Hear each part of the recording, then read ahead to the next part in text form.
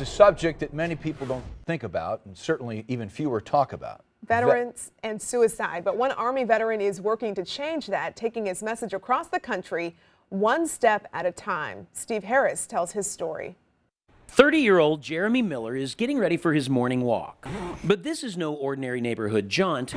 No, this walk started 5 months ago in Crescent City, California. Jeremy is an Army veteran with a mission in mind for his marathon trek. Right now I'm walking across the United States for veteran suicide awareness, trying to bring awareness to as many people as I can. His destination? Arlington National Cemetery in Virginia. He carries the stats with him. 22 suicides a day by just veterans. A thought-provoking message to motorists. He's worn out 4 pair of shoes, walking 20 miles a day, sleeping at VFW halls and firehouses along his route.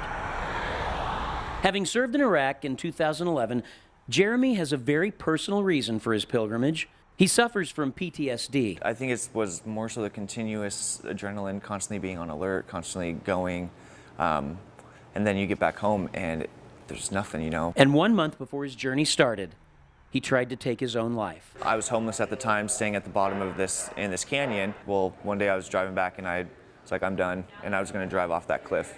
And the last thing that popped in my mind was my son, and I feel like it was almost out of a movie scene. Like I slammed on the brakes, stopped right at the edge, and that's when I decided I needed to turn my life around. So each step, a reminder to himself. You know, the brain's a powerful tool. It can block a lot of things out, but eventually it's going to come back up. A message to his fellow veterans. Reach out if you need help. And to the countless motorists he encounters, something to think about. Steve Harris, News 4.